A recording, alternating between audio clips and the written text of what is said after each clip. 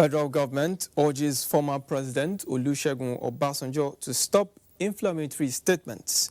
2019 presidential inauguration, federal government releases details of event. These and more on Panorama from the Lagos Network Center. I am Dotun Ogunyemi. Don't go away.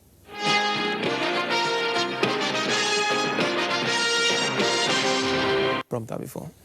All right, let's go. The federal government has described former President Olusegun Obasanjo's comments imputing ethnic religious motive for Boko Haram and ISWAP as deeply offensive and patiently divisive, saying such individual comments are far below the status of an elder statesman. In a statement issued in Abuja on Tuesday, the Minister of Information and Culture, Alhaji Lai Mohammed, said it was particularly tragic that a man who fought to keep Nigeria one is the same one seeking to exploit the country's fault lines to divide it in the twilight of his life. He said Boko Haram and ISWAP are terrorist organizations, pure and simple, adding that since the Boko Haram crisis, which has been simmering under the watch of Obasanjo, boiled over in 2009, the terrorist organization has killed more Muslims than adherents of any other religion, blown up more mosques than other houses of worship, and is known not to have spared any victim on the basis of their ethnicity. It is therefore absurd to say that Boko Haram and ISWAP variants have as their goal the Fulanization and Islamization of Nigeria, West Africa, or Africa. The minister said Obasanjo's comments are therefore as insensitive as they are offensive and divisive in a multi-ethnic and multi-religious country like Nigeria. Wondering whether there is no limit so far, the former president will go in throwing poisonous darts at his perceived political enemies. He said Obasanjo's prescription for ending the Boko Haram ISWAP crisis, which include seeking assistance outside the shores of Nigeria, are coming several years late, as President Buhari has done that and more since assuming office, hence the phenomenal success he has recorded in tackling the terrorists. The president also rallied support of international community, starting with the G7 and then the United States, France and the United Nations. That explains the massive degrading of Boko Haram, which has since lost its capacity to carry out the kind of spectacular attacks for which it became infamous, and the recovery of every inch of captured Nigerian territory from the terrorists. The minister called on the former president, whom he said took bullets for Nigeria's unity, not to allow personal animosity to override his love for united Nigeria, saying it will not be out of place if he withdraws his unfortunate statement and apologizes to Nigerians. Meanwhile, former Lagos State Governor and chieftain of the All Progressives Congress, Asiwaju Bola Ahmed Tinubu, is appealing to elderly members of the Nigerian society to take the path of honor and avoid inflammatory statements capable of undermining the nation's democracy and peace enterprise. Asiwaju Bola Tinubu was speaking to NTA News in the holy city of Makkah after joining President Muhammadu Buhari to break the Ramadan fast. State House correspondent Adamu Sambo has the details.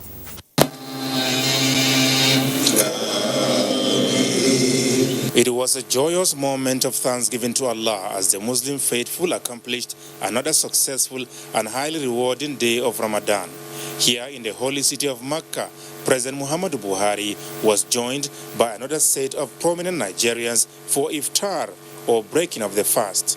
Amongst them, the Sultan of Sokoto, Muhammad Saad Abubakar III, Emir of Kazaure, Dr. Najib Hussaini Adamu, and former Lagos State Governor, as well as chieftain of the governing APC, Asiwaju Bola Ahmed Tinubu. Also present were the Nigerian ambassador to the Kingdom of Saudi Arabia, Isa Muhammad Dudu, a business mogul, Wole Tinubu, Mamman Daura, and Ismaila Isa Funtua. Discussions at the event centered on various national issues, including the forthcoming presidential inauguration and the challenges ahead.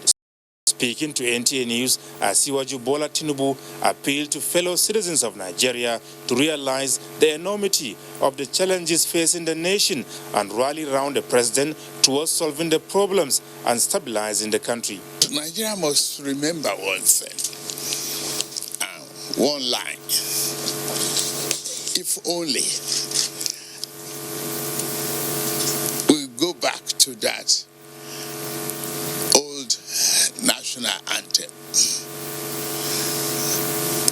One line there. Though tribe and tongues may differ in brotherhood. So the inflammatory statement coming from those who are expected to be elder statesmen should stop and will work for the progress of this country, because nobody will benefit from the chaos. There are challenges in the country, and we all need to come together to really help the country build and rediscover the fact that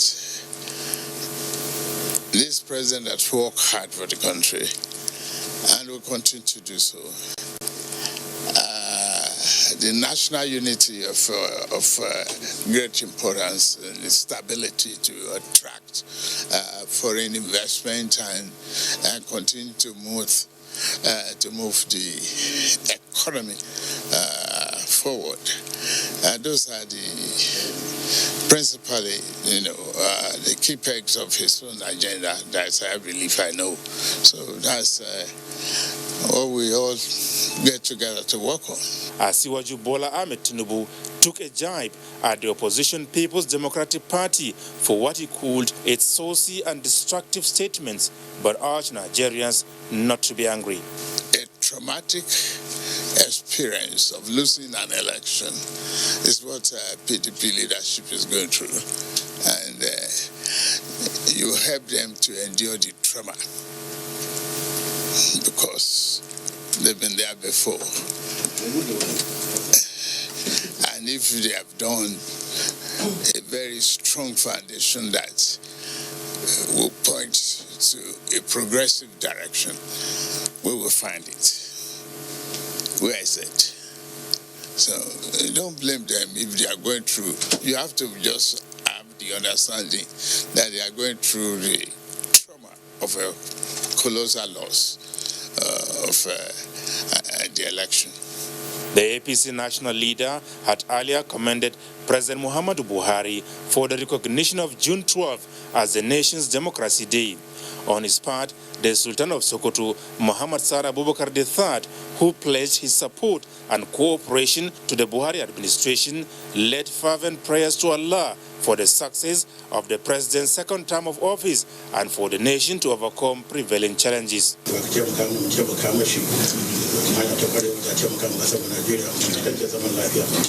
The presidential guests, including Lagos State Commissioner for Science and Technology, Hakeem Faham, later felicitated with the wife of the president, Aisha Muhammadu Buhari, for being a dependable ally to the Nigerian leader in the task of nation building.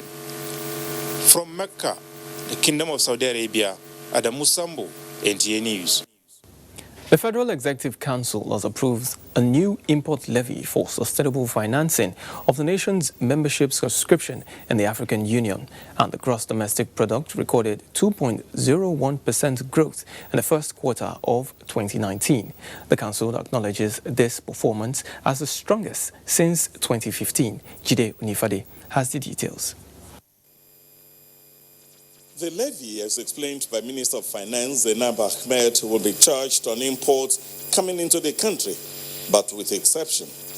And the exceptions include goods originating from outside the territory of member countries that are coming into the country for consumption. It also includes goods that are coming in for aid, and also it includes goods that are originating from non-member countries but are imported through specific financing agreements that ask for such kind of exemptions. It also exempts goods that have been ordered and are under importation process before the scheme is announced into effect. It is envisaged that what will accrue from the levy will be more than what is required to be paid for the African Union subscription. And the minister says that the excess will be put in a special account to finance subscription in multilateral organizations such as the World Bank and the African Development Bank, or even financing the budget.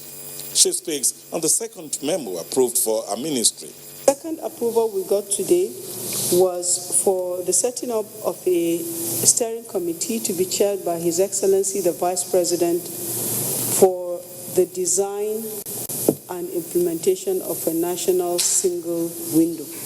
The trading platform will enable better efficiency of port operations, and we're projecting that it will significantly increase government revenues. Minister of Budget and National Planning, Udoma Udodoma, says the nation is on the right track towards achieving the 3% growth rate in the economy.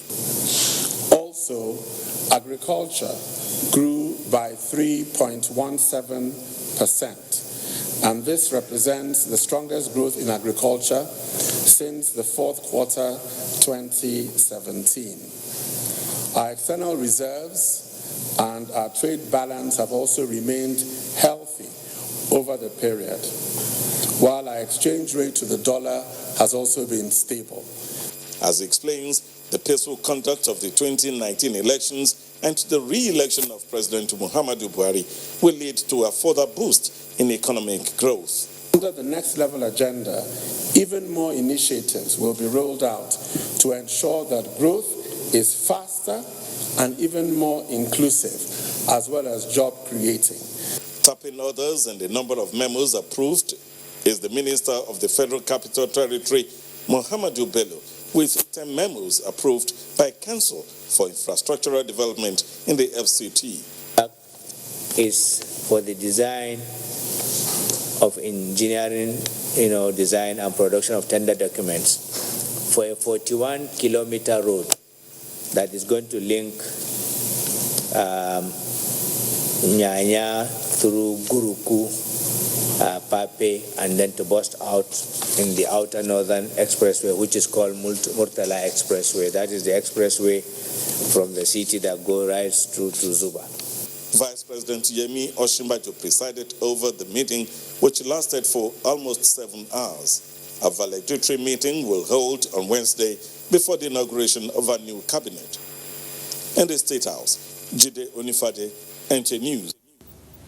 The federal government has unveiled activities lined up for the inauguration of President Muhammadu Buhari for second term.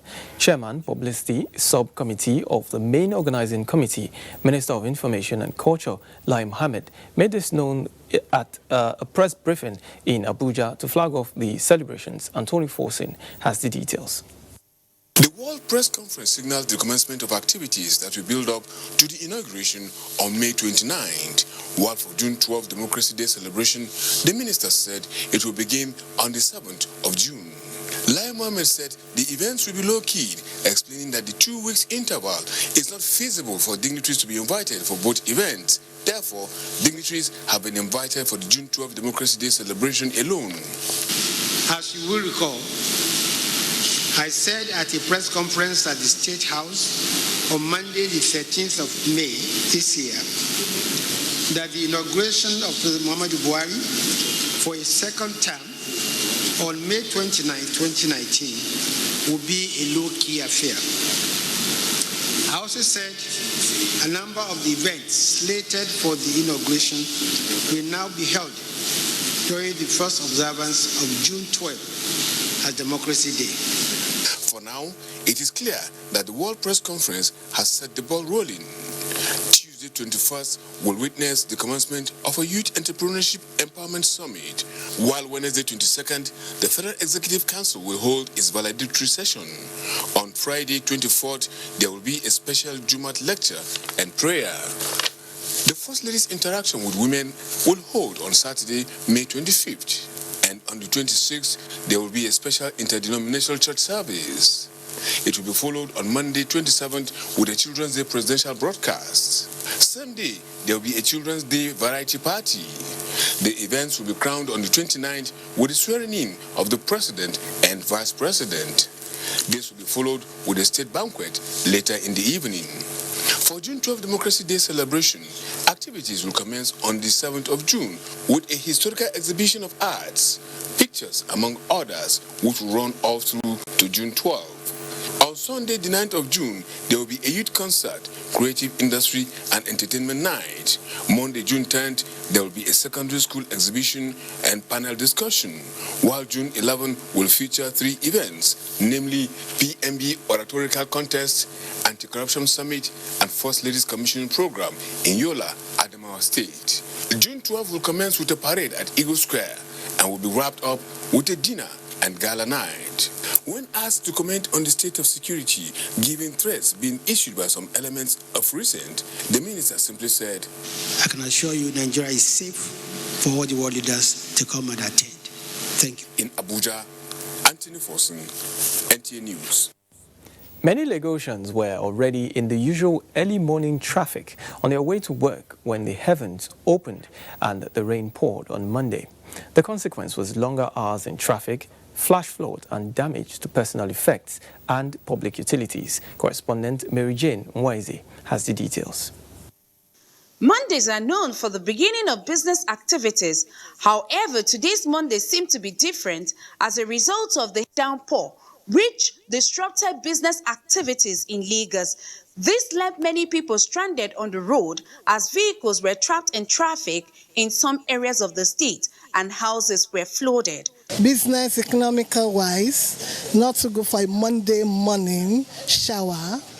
It's not so good for workers in general. Look at the time now, I'm just coming out of my house because it has been raining since morning. So a lot of economic activity has been slowed down today. Some people attributed the flood to blocked drainages resulting from indiscriminate dumping of refuse by residents. The individuals or the citizens living in the community or society are not even helping issues. Most people before the environmental, whatever dirty they are having or from their dustbin, they throw it inside the gutter. So when the gutter is blocked, we can't achieve nothing than to see the flood everywhere. Economically, it's stalling the movement in the sense that most roads are no longer motorable because of the rain, and the drainage systems are clogged up, they are blocked. Others called on the government to take proactive measures in cleaning up the drainage channels and also fix the potholes on the road to reduce the impact of the season on residents. The drainage, they should bring a body that will be working on it, and those things should be compulsory. They call for a proper synergy and understanding between government and residents to achieve a better and habitable environment in the state. In Lagos, Mary Jane Nwaize, NTA News. Time for a break. More reports shortly. These days, people get their news and information from more media sources than ever before.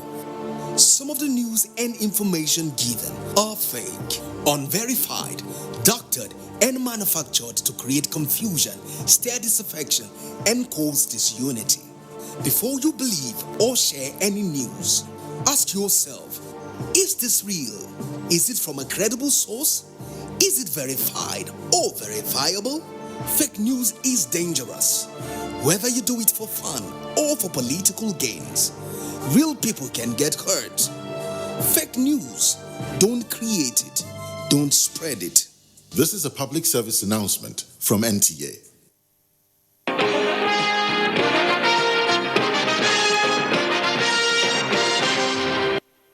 Many thanks for staying with us.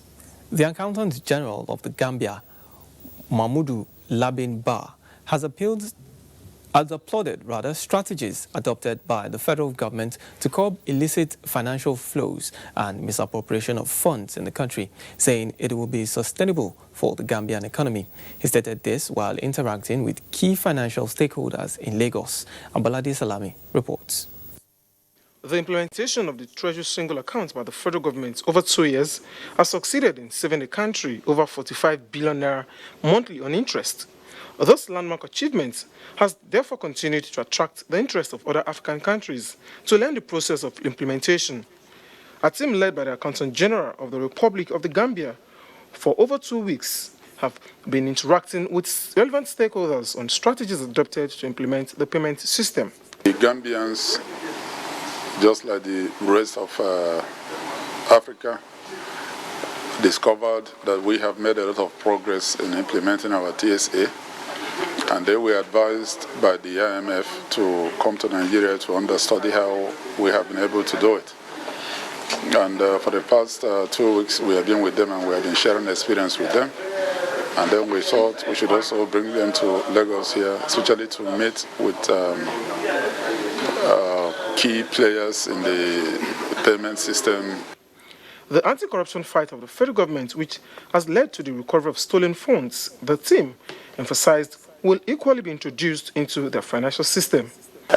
We are in Nigeria to understudy the TSA, that is the Treasury Single Account, that the Federal Republic of Nigeria has implemented over the past years.